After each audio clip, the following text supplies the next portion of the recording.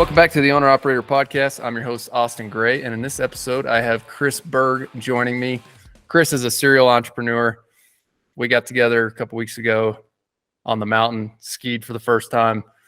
I guess how long have we known each other at this point? 18, 24 months? Something like that. Yeah. Feels longer though, doesn't it? I know it does because, I don't know. You've helped me so much in growing my business. So I'm very thankful for that. But Kriss is a serial entrepreneur. He's a car wash guy on Twitter. Also has an e-commerce business. He's got multiple other businesses as well. So we're going to have a lot of fun with this podcast. And whenever we were jumping on the call here, we were diving into VO2 max. Kriss just did a VO2 max test. So tell me about that. I think Peter Attia's new book, I'm blanking on the name of it, it's longevity or lifespan or something, whatever it is, started talking about this. It's something I was in the back of my mind anyway, but it's associated with longevity, and I'm coming up on 50 here in a couple of years, so something that I'm very attuned to. And turns out there's a college here in town. They have set up to measure it. So our mutual friend Dave turned me on to these guys, and I emailed them and set up an appointment. And for $100, they measured it, and it wasn't too bad. They did like a ventilatory threshold test, which is they can project your VO2 max. If you truly want your VO2 max, they put you on a bike and they raise the resistance until you literally cannot turn the pedals anymore. This test was just sort of projecting the first kind of half hour of your fitness intervals, increasing the resistance, and then they can extrapolate your VO2 max so they don't kill you. So that was nice, but it turned out to be very educational, and I think really anybody who's concerned about fitness should find a place to do that because it's very eye-opening. So what does it actually test? It's a measure of how efficiently your body uses oxygen. So they're measuring they know how much oxygen is going into your body. You have a tube on your mouth. There's a picture on my Twitter profile if you guys or my Twitter feed. And then they're actually measuring the expired gases, and that tells them how much oxygen you are inhaling and how much you are exhaling, and the expired gases. So that tells them how efficient your body is, and the more efficient it is, the higher your VO2 max, the better cardiovascular fitness you are in is the thing. And so all these studies have come out that VO2 max is associated with longer living. So I think it's a big reason why we see so many of the longest living people, at least in America, here in Colorado, is because of the altitude, right? Because if you can live at, you probably live at what, 8,000 feet, something like that? My Garmin says 8573 where I'm sitting right now. Yeah, in Summit County, Colorado, where Breckenridge and Keystone are, is the highest living longevity county in the country. I think that a lot of that has to do with the altitude, and that directly impacts the VO2 max. The more you live at this altitude, the more efficient you are at converting oxygen into or using oxygen in your body. So yeah, it's incredible. Just the other day, whenever I went out and did an uphill skin session at the mountain, so just like for people listening who aren't familiar with it, they have what are called alpine touring setups. You can put skins on the bottom of your skis, and then there are bindings that allow you to hike up the hill. Exactly. The other day I was doing it, and there were they had to be at least 70 years old, this couple. And they were just walking and talking and smiling and looking at each other. And I was waving to them. They were waving to me. Hey, have a great day. Weren't even breathing hard. And they're walking up Sleeper, which is like one of the steepest runs on Mary Jane. And I just thought it was awesome. It's like, if I can be like that when I'm 70 years old, that's a life well lived. Totally. I go on this annual mountain bike trip with this guy, Pete, who's 83, and he mountain bikes for 4 straight days out in the backcountry of Utah. And he just refuses to get old, and that's it. Just staying active, staying on the bike, refusing to let age catch up with you. I think that's one of my ultimate goals too. Well, you're well on your way. Thanks, man. The VO2 score you got was, what did you say it was top 1%? Yeah. It was like superior, almost elite level. So I've just been, I've been working on it a lot. To be frank, I was in terrible shape when I was 10 years ago. When I was 38, I was probably at least 30 pounds, probably 40 pounds overweight. We had just had a kid. I had all the, just all the issues with early fatherhood that apparently you don't have, by the way, because you're looking good. But I was drinking too much. I was just not living a healthy lifestyle. I really treated my body poorly in my 30s. And it wasn't until got in those early 40s and realized, like, this is all you get. This is the only body you have. And you better be nice to it. So I was having all these back problems, all these digestive problems.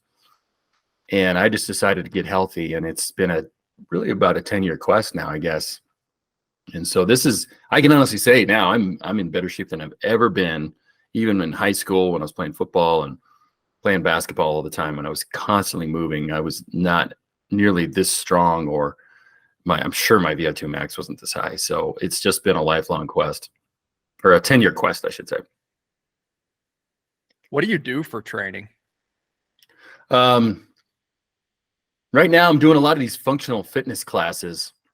It's kind of like, it's a little bit of a circuit. My trainer sets it up, and there'll be about 10 of us in there, and you'll do, one station will be renegade rows. The next station might be squat thrusts. The next station might be flipping tires. It's a little bit CrossFit-y without any of the big, like, clean and jerks or stuff that people tend to get hurt on. He tends to stay away from kind of these giant lifts that can hurt people. He does a little bit of deadlift, but it's more, and then you'll have to get on the assault bike, and grind out 12 calories or something. So it's basically high intensity interval training. And it's served me well. I mean, that day that you and I went, the powder day we had at Aspen, which was just epic.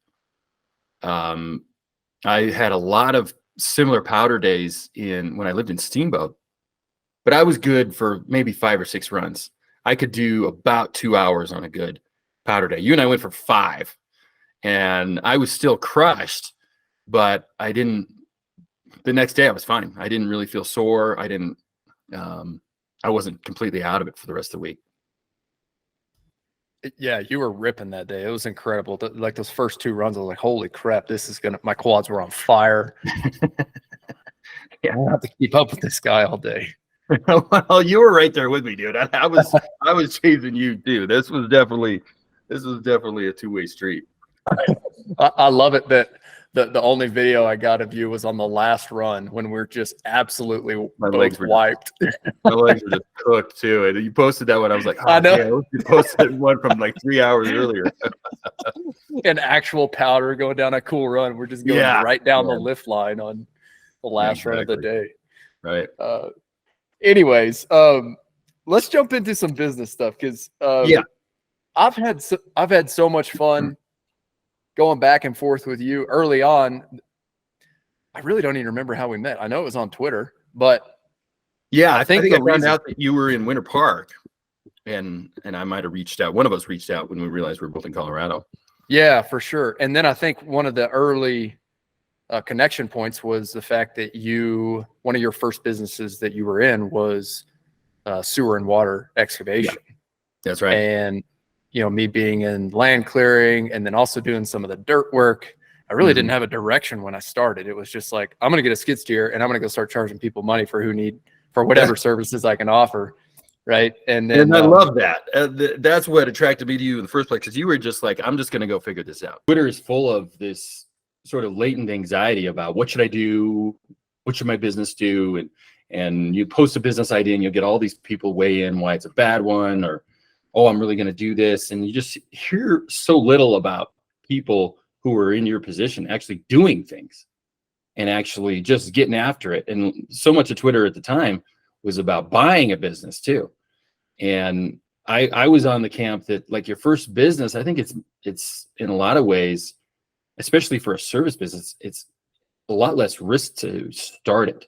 You know, taking on a $500,000 or $1.5 million, or $2.5 million SBA loan to jump into a business that you don't know anything about and that you've never been in is a tremendous risk. Buying a skid steer for, you know, whatever it was, 50 grand or whatever, and financing it and just diving in and just figuring it out was totally new from what I was seeing on Twitter. And I was so intrigued by you. I was just like, this guy gets it. Like, he's just getting after it. He's just going for it. So I think that's what started it. Well, thanks. I appreciate that. And then very early on, we started sending voice memos back and forth. So yeah, I would just text Kriss and I'd be like, hey, I'm thinking about doing this. Yeah. Or here's what I'm thinking about right now. And I don't really know what decision to make. How would you think about this? And then you just started replying back with voice memos, and they'd be like, whatever, 3 to 6 minutes long. And I just remember sitting in my truck, like going from job to job, listening to those. And I'm like, dang, this guy gets it. And he's awesome. And he provides like really thoughtful responses and actionable advice. And so I remember the first one that we talked about was, the first challenge you gave to me was, dude, stop chasing the checks right now. Like, hire an office manager. Just figure out somebody who you can pay 25 or 30 bucks an hour, who's local, and just start them off part-time.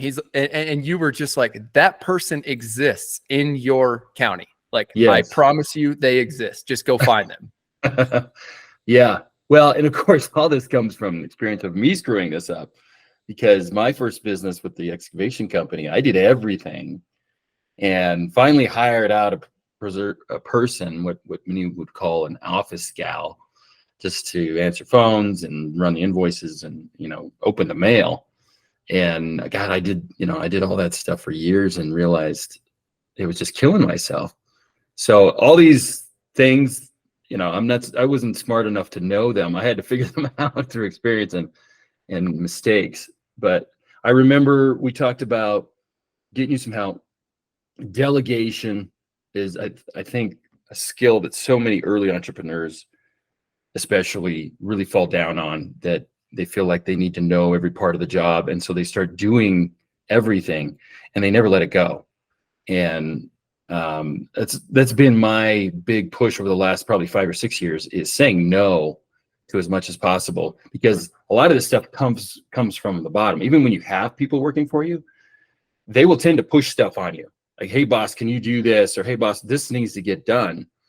And the entrepreneur's ego and sort of sense of responsibility is to say yes, and I'll do it. And now I say, yeah, that's a great idea. Let me know when it gets done. You know, let me know when you're done with that, because I think you're right. I think it does need to get done. So if you need my support, I'm here for you, but I'm not going to do it. I need you to do it. And that's something that's really hard to do. It's kind of an ego check. Yeah, for sure. So we haven't even jumped into your backstory here. Can you just give us a rundown of like the evolution of your entrepreneurial journey, starting out with whenever you bought that excavation company, and take it away and give us some background? Yeah, I'll give you the short version. So 2003, I just had this, I was 27, had basically what I call an early life crisis that I think a lot of people have around that age, and realized I hated my job. I hated my girlfriend. I hated where I lived. I was living in Alabama at the time. I was a construction engineer on a big civil project. And so dumped the girl, dumped the job, dumped the house, all in a 48-hour period, loaded up a U-Haul truck and headed back to Colorado, where I was originally from, and just realized that I hated corporate America. I hated everything, that all the jobs I had had up to that point, I hated. And I realized the main reason was because the people above me were making such horrible decisions on a daily basis. I just couldn't stand, and they were always affecting me and the people below them, you know, in a negative way. And I thought, well, I guess I just need to be the boss. And I didn't, you know, I guess I had enough ego to think I could do that, but I had no entrepreneurial instincts. Like, my parents were both long-term employees. My mom worked for the federal government for 40 years. You know, there was no instinct to start my own thing. So I moved in with this guy who had had the same crisis, and he had gone out and bought a lube oil shop, a Valvoline franchise, and he was doing great. Like there was definitely good days and bad days, but there were many days when he was playing golf at 2:00 in the afternoon on a Tuesday, and I thought, oh, that looks pretty good. So I found an excavation business on BizBuySell, the very first iteration of bizbuysell.com, and got an SBA loan. It cost me only $180,000. I had $50,000 in a bank from working my previous career. Put it down, got the loan, and off I went. And it was just a total baptism by fire. It was a very, very tough business. I definitely wasn't playing golf at 2:00 on a Tuesday. It had to be, I had to grow it, because it was only grossing about $200,000 a year. So in order for me to make any money on this and pay the bank, I had to grow it right out of the gate. And so I had to get off the machine, and it was really an owner operated deal. So I learned how to run a Mini X, but I had to get off that thing as soon as possible and go sell work. And I found out that that was my best asset. I could sell the work. I could meet with the clients, give them the confidence that we could do the job, even though I had no idea what I was doing. Just kind of figure it out, right? So grew that business. We went from 180K to 2.6 million in 4 years. Sold it to a buyer in 2007, right before the crisis hit, and literally went off the grid. It was such a stressful gig that the gal I was with at the time, who's now my wife, showed me like how miserable I was. Went completely off the grid, literally and figuratively. We moved up to Steamboat Springs, we moved into an off-grid home, and my plan in early 2008 was to start building houses up there, build off-the-grid houses. And I don't know if there's a worse time in history to build spec homes other than 2008. But that was probably the worst time in my lifetime. And so that didn't work out. But I read 4 Hour Work Week from Tim Ferriss. I didn't know anything about the internet really, other than email. And we were in the middle of nowhere. I was literally off the grid. I didn't have any choices. There were no jobs. And there was like, I couldn't, the only other thing I could do was probably plow snow. So I bought a little website and grew it. It actually happened to be about solar power because I was living off the grid. I knew a thing about it. Grew that, and that really built my background in the internet space. So now I have that transitioned into a supplement business, kind of a long story, but basically I had some health issues. I figured them out on my own, and I figured out that a lot of my audience who were interested in solar just happened to be interested in natural health products as well. So we released our first health product in like 2010, 2011, and we've gradually transitioned away from solar and into the natural health supplements. So that's my main gig. I don't talk about it on Twitter much because nobody's really ever shown much of an interest in it. I talked about it for years on there, and I never got any traction. And then I went out and bought a car wash and figured out that it was these huge tax benefits and it was a great investment. And that's what people love. That completely took off on Twitter. So now I'm the car wash guy. I love it. I love the fact that you've just done so much in your entrepreneurial career, but I feel like each one from our conversations have sort of built off of each other. Yeah. And I definitely want to dive into the car wash business. And I know a lot of our listeners will want to hear about that. So we will come back to that. But before we get away from the early stage excavation business, it was doing 200,000 in gross revenue whenever you bought it. Yeah. And you grew it to 2.6 million. Yeah. That's pretty cool. Yeah. Yeah. And you know what we did, Austin? We did this crazy thing. We just showed up and did the work when we were supposed to. And then we did it over and over and over again. No amount of advertising I ever did worked. I tried Google ads, which were in their infancy back in those days. I tried Yahoo ads, which was the only game going online. I tried Yellow Pages, which was huge in 2004. And nothing worked like just doing what you said you were going to do. And that reputation, which seems so obvious to a good business operator, but is so lacking in the construction industry, especially in the home services industry, that it was just like a rocket ship. We just had to hang on. And I made every mistake I could in building that business, but revenue was not one of them. And it all stemmed from the fact that we probably took on a lot of work we shouldn't have. And you and I have talked about this, about, being able to say no to certain types of work. I didn't say no to a lot of different things, but I still think I learned a ton, and I had to figure out what to say yes and no to. And the only way to do that is to say yes to everything. So I think what's very interesting is you said you had no prior entrepreneurial experience. Yeah. And you were baptized by the fire, but you obviously learned something decently quick to figure out how, like, one thing you said to me early on, whenever, I'll never forget, I was in Florida at my wife's parents' house over Thanksgiving or Christmas, and you and I were talking over the phone.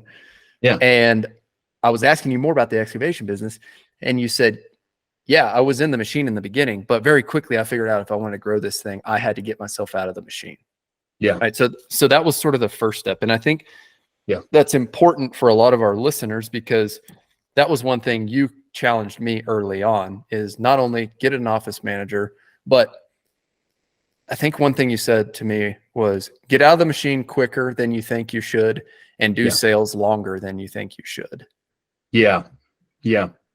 So like, talk me through, like, what else did you do to grow the business? I mean, you obviously had to, like, get good at hiring other people or putting people in the right spots. Yeah. To follow your sales. Like what were some things that you did there? We did some things early on that would probably seem obvious now, but the little bandit signs in the yards, those weren't really popular back then. But we did that. That's obvious. What we figured out, we would go and fix a sewer line in the alley in Denver, and they're all these old clay lines. And the city would come through and inspect it and say, you got to fix this. They'd send a letter to the homeowner. And we figured out that if this house needed that, well, probably every house on the block or every house in the immediate area needed to do that. And so in the beginning, I would just knock on the doors.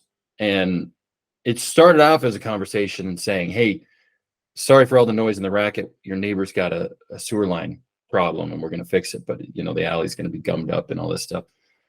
And then that would just start a conversation. And I'd say, well, have you had yours looked at?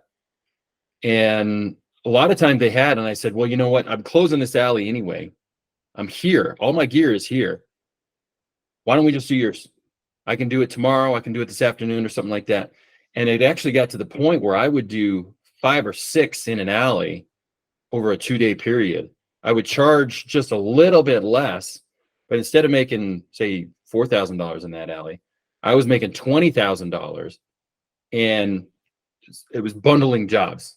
And that was a big breakthrough for us, is trying to, especially in construction, you and I have talked about this exact thing, is reducing your mob time. The mobilization time of going to a job and setting up is always longer than you think it is. You always think you're just going to show up and go right to work. No, it takes you forever just to pick it up and put it where you need it to go. So the longer we could stay on those jobs and just grind out work, the better. That was a big breakthrough. Handing out some flyers and stuff like that. But anytime I would see a plumber's van, because we worked directly for the plumbers, the plumber would go into a house, they would figure out the sewer was bad, and they would call us if it had to be dug up. Anytime I saw a plumber's van, I would just knock on his window or knock on the house and say, hey, what's going on here? By the way, I dig up these yards for a living. So a lot of it was just this hitting the street. It was really that simple, and creating a relationship. And that's where I'm talking about you with your sales, is when people know they're talking to the owner, especially at the level that you're working at right now, where you're working intimately with a homeowner. When they know they're talking to the owner, it goes a long way. If they're talking to a sales rep or a guy who's working the machine or something, that's a tough relationship. And anybody who owns these HVAC companies, we're trying to scale them, will tell you that's really the bottleneck, is the sales, is getting a guy who both understands the work and can impart confidence in the customer that we can complete the work. And by the way, do it at a price that we can make a lot of money at doing. Like, if you're just going to go around and undercut everybody's bidding, you're going to do great, but you're not going to make any money. So that sales role is so critical. And I think that's probably, something that you can really focus on. I'm sure you're really good at it, but you're still running the machines and stuff like that. And maybe you're better at it than I am, but I could not do both. I could not focus on getting this trench cut correctly while my phone's ringing and the customer who I'm supposed to be on their job tomorrow was yelling at me, "Are you going to be here?"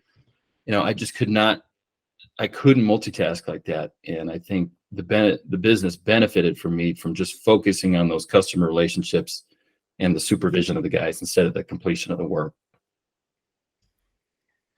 And to answer your question, no, I'm not that good at it either. It's just sort of the approach to get the business up and off the ground. So that's what you had to do. That's what you had to do, though. So I'm listening to guys like you and Dave and taking your advice on getting out of the machine as quick as I can. And so but you love that part of the business too. You love that. So you're gonna miss that aspect, right? I do. And don't get me wrong, I will definitely jump back in the skid steer with a mulcher whenever I see an open afternoon or an opportunity to do that. But my main focus going into this year, and I've already talked with our lead operator about this, is like the expectation is that he's leading all the whole field crew and the operations associated with it. That's great. And my job is to just keep the pipeline full. And so I'm really excited about this upcoming year because of the two little things that you said there. Yeah. Like, if I can still meet the crew at the job site and be present, bring some energy, boost morale. Yeah. The crew knows I'm around, but then they see me go and knocking all the 10 neighbors' doors. Yes. And it's like, hey guys, we just got 3 of those 10. That's right. We're going to be right here for the whole next week or two. Right. Yeah, that's right. I just got a month's worth of work in a day. People feed off of that. And Absolutely. Then the second thing you said is just like knocking on the plumber's window. Yeah. The relationships. Yeah. By pulling myself out, that's what I'm excited about here, is being able to do more of that this year. Because one of those relationships can get you 10 jobs, right? And finding those people, that I call them the hub of the wheel, that they have all these spokes shooting out. They can refer you work. That's way more effective in your line of work than any advertisement will be. So the next piece, like the next challenge I'm dealing with right now, and I've been fortunate because our lead operator is basically recruiting people who he either knew or worked with in the past. Wow. So I'm very thankful going into this. Like, we don't have any hiring needs right now based on who we have submitted offer letters to. Okay. But recently it was a concern. It's like, where are we going to find the guys to fulfill the work? And so I'm curious, whenever you are running the excavation business, if you're driving sales, you're taking a business from 200K to 2.6 million in revenue per year. You've obviously got to have guys to fulfill the work. How are some creative ways what were some creative ways you recruited team members in 2003, 2004, and 2005? Yeah, it was a little bit of what we just talked about. If I saw a guy sitting on a backhoe who was working for another company and I didn't think his supervisor was around, I would watch him for a little bit. I would make sure that he wasn't, a total bozo. It's kind of hard to tell sometimes, but I would watch him for a little bit and just watch how he managed a crew, because usually the guy in the excavator is in charge on these smaller crews. And so I would watch him for a little bit and then walk up and talk to him and just hand him a card and say, if you ever get sick of these guys, let me know. A lot of it was referral work or referral people. I would ask this guy who's doing a great work for us, and he would bring in his brother, and he would bring in his buddies. So those referrals are important. The problem with that is that you come up with this sort of, it can become almost a de facto union, whereas this whole crew are all buds and you're the outsider, and they just can decide like, hey, we're all going to go march into the office and ask for a $10 an hour raise, or whatever it is. I think it's rare, but you don't want the entire company to be this sort of this bro down of guys who are all, and invariably they're going to bring in some friends who aren't very good workers. They're just going to bring them in because this guy's out of work, and I made the mistake of hiring a brother duo, and the one brother was so bad I had to fire them both. So it was a trial and error. I did not figure out any great hacks other than I realized that the Mexican nationals were such good workers for the real labor that we started advertising in the Mexican grocery stores, like a taqueria.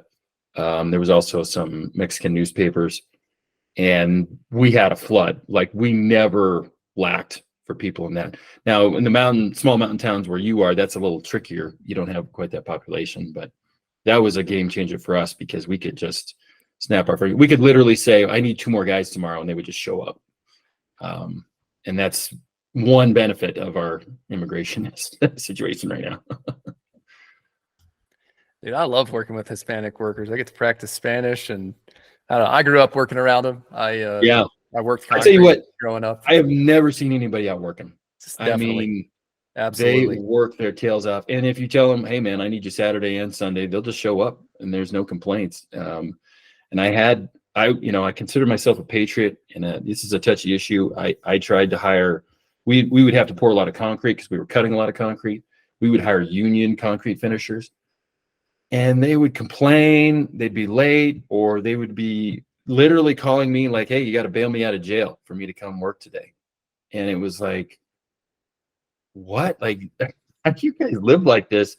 And the minute we kind of started hiring some of the Mexican nationals, especially for the lower level positions, all that went away. So it's a weird issue, but it's so prevalent in construction that if you're going to be in home services and construction, you got to figure this out. You've got to figure out how to get these guys working for you. Absolutely. Well, before we jump into car wash, yeah, I'm sure there are some takeaways that you have learned in building your online businesses, or from just becoming a more seasoned entrepreneur. If you were to jump back into home services at this point, knowing what you know now, what would you have told yourself back in the day running that business? That's a really, really good question. I really believe that there is a natural ceiling for a lot of these businesses that tons of entrepreneurs in our sort of demographic bust their asses to break through and waste a shitload of money.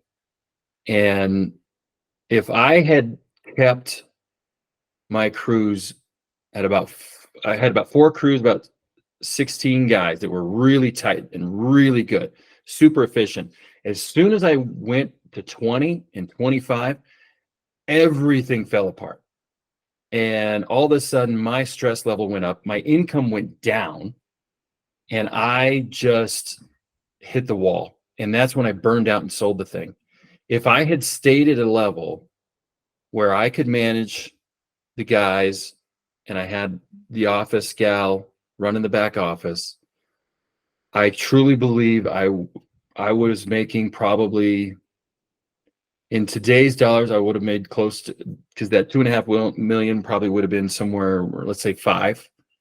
I probably could have banked $1 million a year. I could have reduced my hours down to 20 or 30. I could have poured that extra income into real estate and other projects. And I still could have sold the business for a great multiple.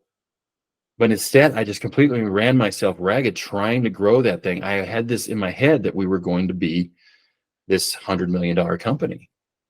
And what you see so often with the boomers who are selling these businesses, that they have this nice little company, they've got 6 or 8 trucks, whatever it is, He's got a great lifestyle. He's got a beach house. He's got a mountain house. He's making phenomenal money. He's making $500,000, $1 million a year. And all of us come in there and say, well, how do we blow it up to 20 million? Well, this guy figured out that he has a fantastic lifestyle, with this quote unquote small company. And now this is exactly what I'm going through with my supplement company. We touched just under 20 million bucks in 2022.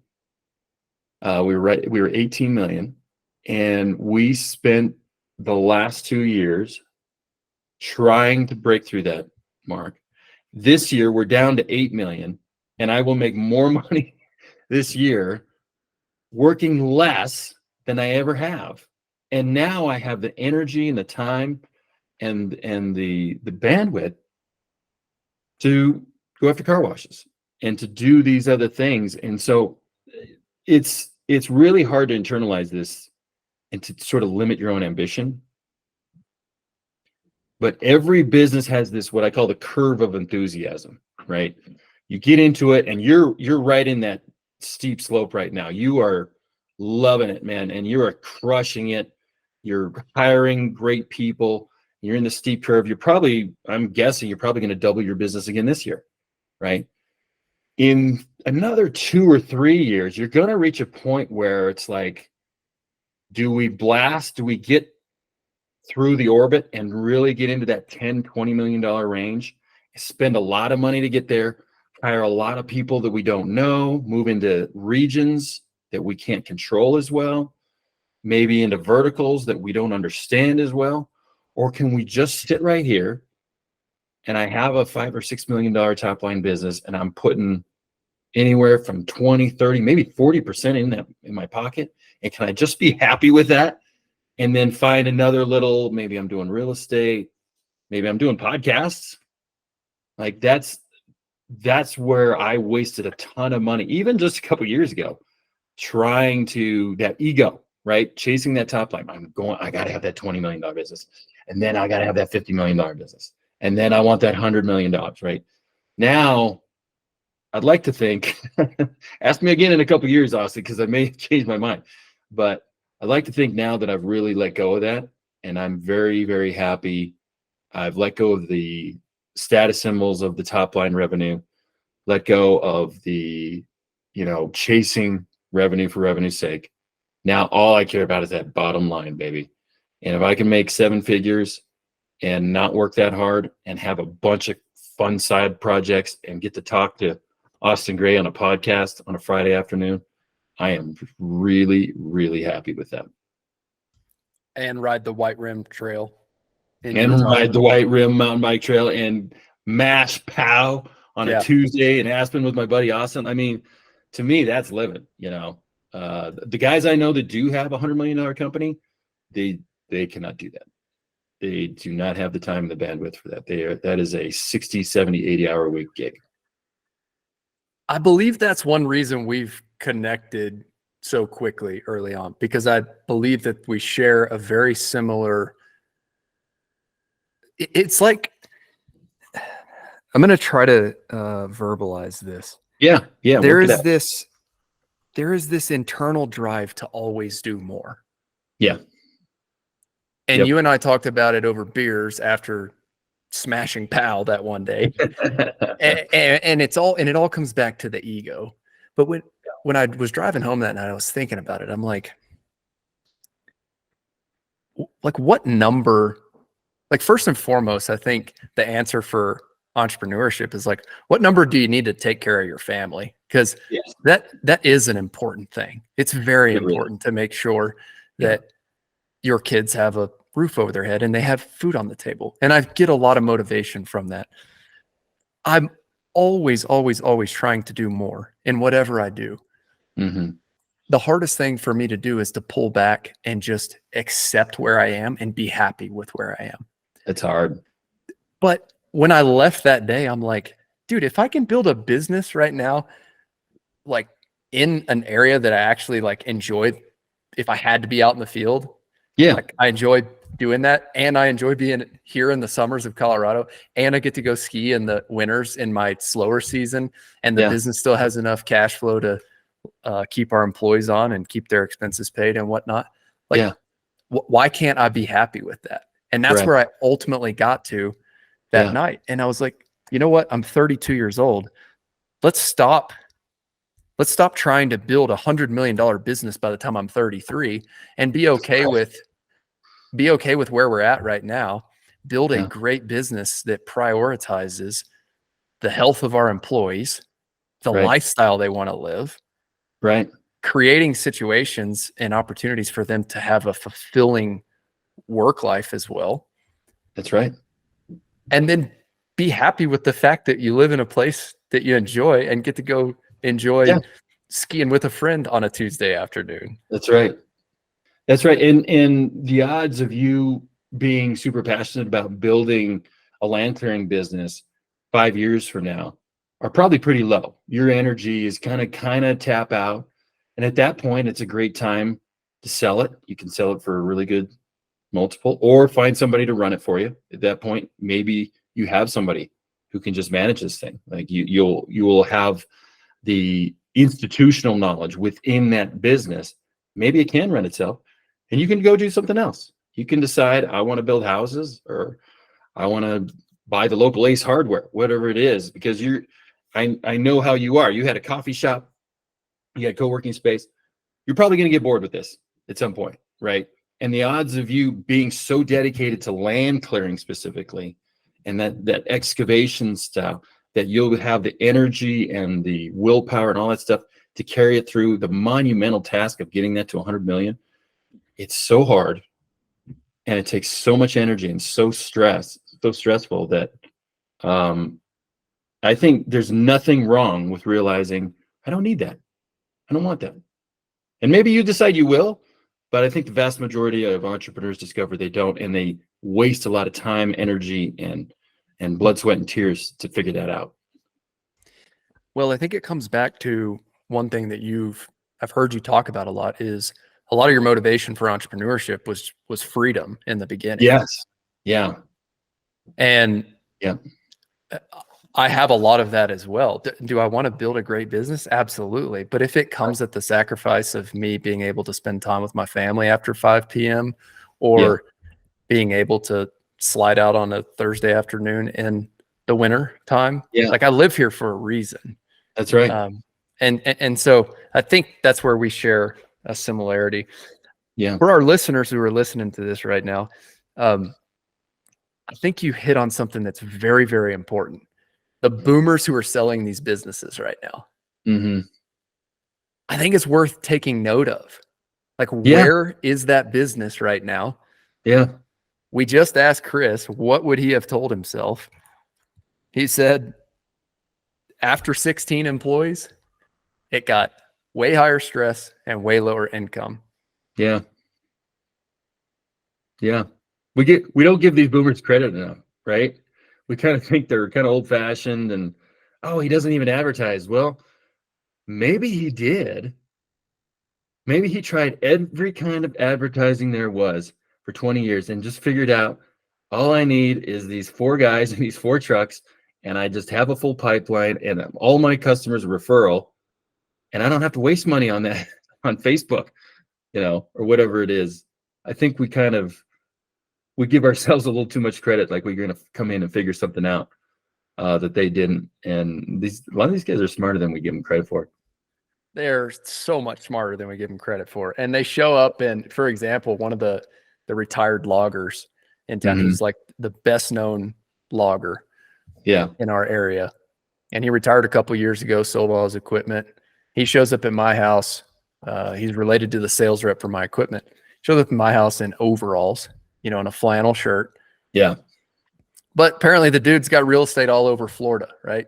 Yeah. He's way smarter than anyone would give him credit for on Twitter, right? That's right. Like, these guys have figured something out, and I think it's time we, as millennials and Gen Z, who are getting enamored by this whole buy a business and SaaS and all that stuff. It's like, these guys have something to share. They do. there's a ton of embedded knowledge there that it took me a long time to figure out. I needed to be listening to these guys instead of, tech entrepreneur from San Francisco or something. All right, let's transition to car washes. I know that people who are listening to this, it's definitely going to be in the title of the episode and the show notes. So tell us about car washes. Why car washes? Yeah, I completely stumbled into it. I was about 2020.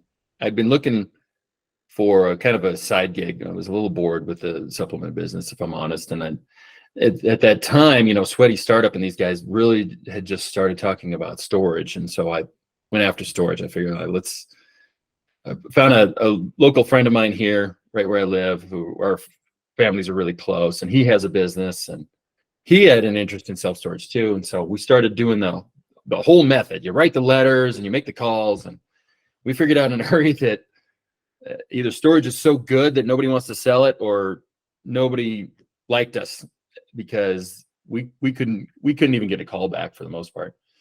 But in that process, I met a real estate agent, and he says, well, if you're interested in sort of commercial real estate, you should take a look at this car wash. And I realized the playbook that the guys were using for storage was very applicable to the car wash. It wasn't on Google Maps. The pricing hadn't been updated in 10 years. The offerings were low. Just the owner had just neglected it. It was really just a matter of negligence. So it was about $650K. We bought it, got a conventional loan on it, and immediately did all the things that you and I would think to do. We put it on Google Maps. We got it a bunch of 5-star ratings. We did a little bit of Google ads. We raised the prices up to market rates. And before we knew it, we had raised both the value and the profit of this place by 50%. And right about that time, another car wash came along that had actually been built by the same company. It was almost identical. So we bought that one. And it turned out that the synergies between the two, we could have the same guys working at the same, rotating between the places, and just really pouring in that's the kind of energy that you would pour into a business, Austin, would make almost anything grow, right? If you bought a coffee shop, right? There's a million ways to run a coffee shop, but just your attentiveness and your willingness to try new things and the embedded knowledge that you have helped it grow, right? Well, that's all we did with the car wash. It was basic marketing, basic customer service. We improved the customer experience. And so it worked out great. And we thought, okay, well, this is fun. And then December of 2022, I was emailing with my accountant. I said, okay, what's the damage? I always do this at December of every year. What is my tax bill going to be? It's always painful. I always kind of wince and wait for that email to come back. And she says, I think you're getting a refund. And that's all it said in the email. And I just kind of did the cartoon, like eye rub, like, refund. What are you talking about? I called her. I said, what are you talking about, refund? And she says, well, this depreciation thing for these car washes is amazing, and you're not going to owe anything. In fact, whatever you paid on the quarterly estimates is coming back. And I honestly did not believe her for a month. I kept sending her all our financials, and I kept asking her, like, this isn't right. Like, I don't understand what's happening here. Tell me. I had her explain it like 4 different times. And finally, I got it through my head that this was because of the way car washes are, that they have a tremendous bonus depreciable asset with them. And that's why you see a lot of the tunnels being built. So it turned out to be a fantastic investment on its own. And then the tax benefits were tremendous. And so we're buying more. I bought another one last year. I'm trying to buy 4 more this year. And it is a really fun project to have a whole new different business. The internet stuff was fun, but you're just kind of shuffling pixels around. The money flows into a bank account from a credit card account. There's really it feels very sort of vapor, right? Like, whereas a car wash, I can show up there, I can get my car washed for one, and I talk to the people, I talk to the customers, I talk to the guys.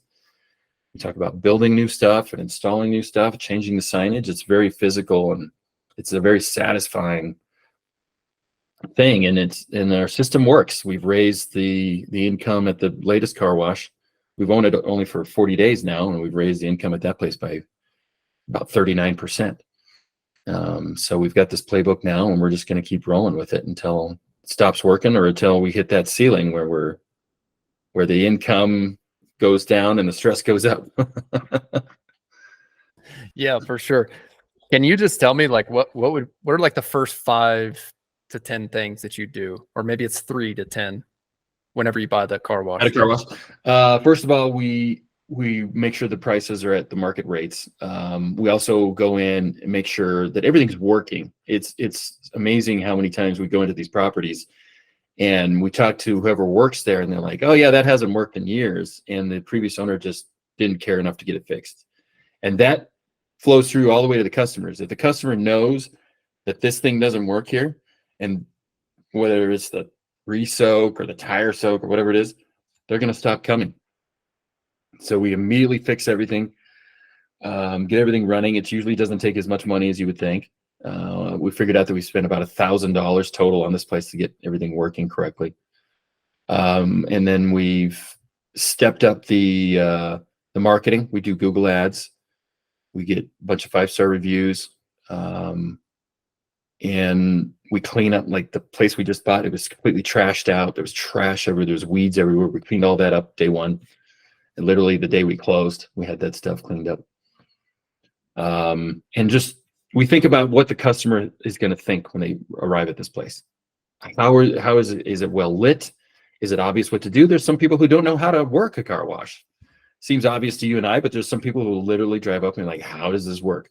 So our attendant now, he's trained, like that's his job, is to help people get their cars washed. It's not to run off the kids who are, hanging out in the car smoking weed or whatever. It's to help people wash their car. And so he'll just grab a brush sometimes. If the little old lady's having trouble, he'll just grab the brush. I can't tell you how many times he has to jump somebody's car, right? And before, he would sort of hide and get away from those people and hope they figured it out. And now he's out there helping them jump their car. So it's customer service stuff, simple stuff.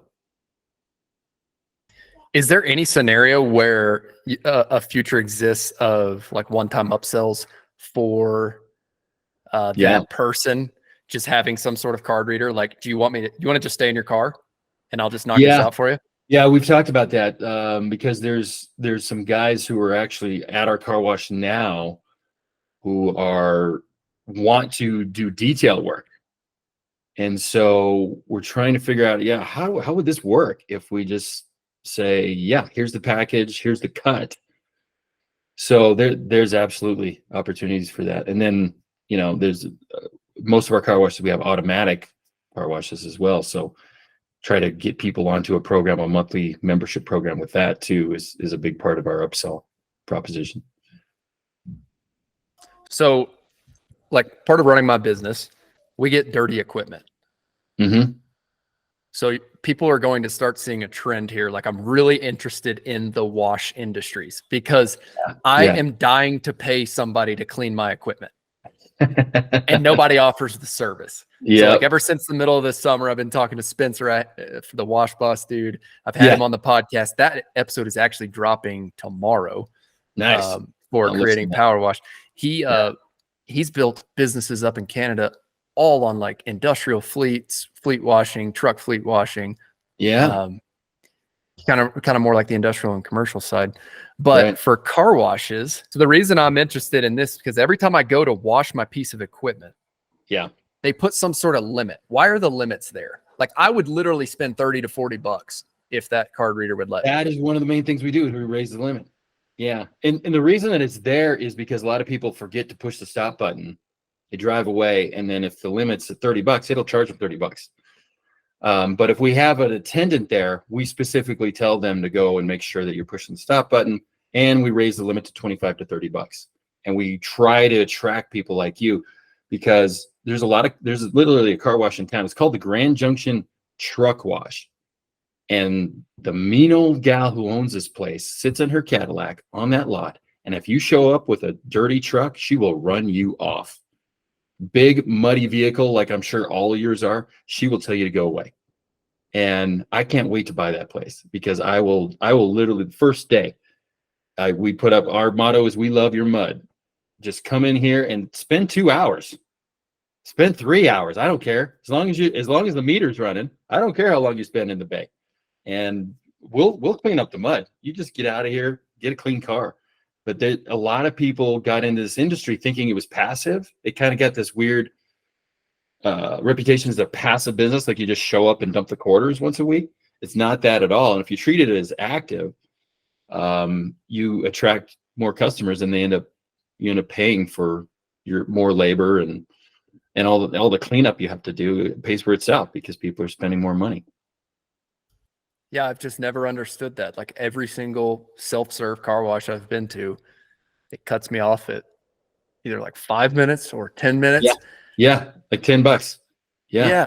And there's this whole, I mean, you and I have talked about deep work, right? Yeah. Like when you get focused on something, man, I'm in it. Yeah. So if I'm watching the equipment, if you stop me at 10, I'm probably only going to spend 30. If you would just let me go, I'm going to get every single nook and cranny. That's because right. I'm deeply focused on that. No interruptions. I might spend $50.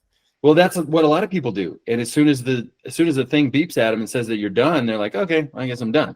If you just raise the limit, they'll just wash and wash and wash. So I was actually, it's funny when you bring this up, I was looking at our credit card charges 2 days ago, and I couldn't believe how many people had charged $25. And that's the limit.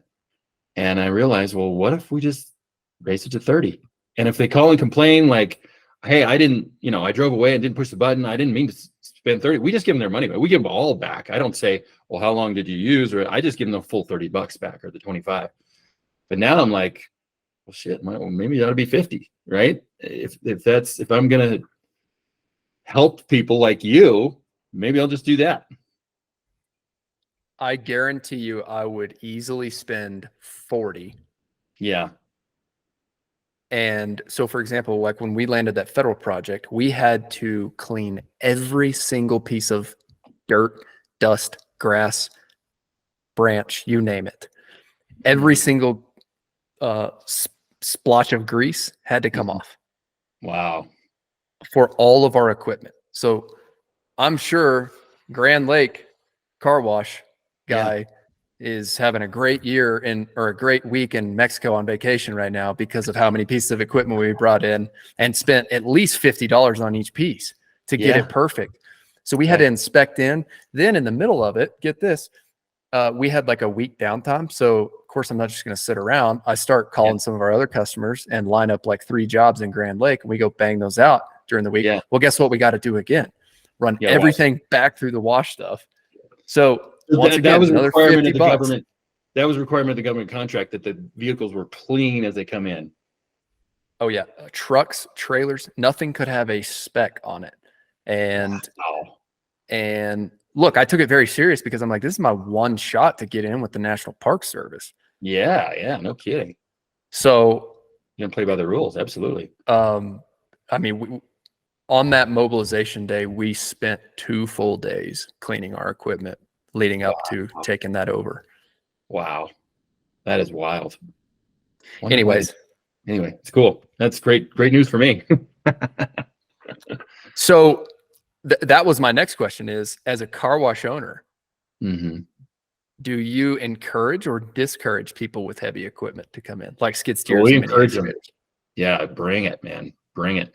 The one problem we have with our new car wash is kind of the turning radius, right? Getting in and out with a big trailer. So we're trying to figure out if we can improve that a little bit, push back some of the curbs and stuff. Yeah, bring it, man. Unfortunately, our car washes here in town don't have a great height clearance. They're about 9 foot, and a lot of this equipment's needs a 10 or 12 foot. But bring it, man. We don't really turn anybody away. If they're spending money with us, I am not in the business of saying no to that. So I don't know that there's anybody. We don't let them dump. You get some. There's these guys who are the pooper scoopers. They're the one we don't say to get out of, because they'll come with a little truckload of dog poop and try to spray it into our drains, and it makes a huge, awful mess. They're about the only ones. bring your mud anytime. Bring it. Got it. All right. What are your goals with this business? I know we're a little over time here, so if we need to wrap this up, we totally can. Yeah. Let's wrap it up here. But for us, we're trying to get, I think we'd love to get 20 to 30 properties. We'd brand them all the same. We'd have them all on the same membership program. And if we can get our EBITDA up into the 3 to 6 million range, that means we could have somewhere of about a 15 to 20 multiple. That's a big number that we can sell this thing at. And we're also building this intellectual property stack. We're building Stop Wash Go University, where the entire process of buying, running, and managing car washes is going to be this intellectual property that we'll license and that we may franchise and that kind of thing. And that will make it even more attractive for a buyer. So that's the goal, is to have an 8-figure exit sometime. Again, when our curve of enthusiasm drops off. So hopefully we get there in the next 6 to 8 years, maybe 10. And hopefully there's a big exit, and then we go on and do it again. We'll do it to something else. Maybe I'll hook up with Gas Biz guy, do gas stations or something. Maybe we'll do land clearing with Austin. Hey, there you go. Well, cool. Well, thanks for being on, Kriss. I really do appreciate you coming on. I love the show. I love what you're doing with the show. You're showing a side of entrepreneurship that doesn't get talked about enough. The starter guy, the owner operator stuff. I love it. And I'm a big fan of Austin.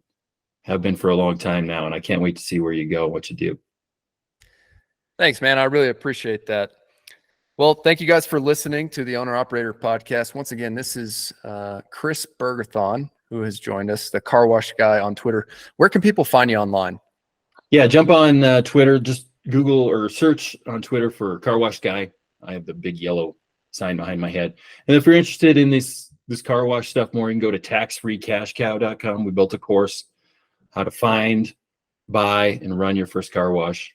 Taxfreecashcow.com. And hit me up on Twitter. Let's talk. Sweet. Yeah, we'll add that to the show notes too. So once again, Thank you guys for listening. And if you are enjoying these episodes, and if you're listening to this on YouTube, please make sure to like, comment, and subscribe.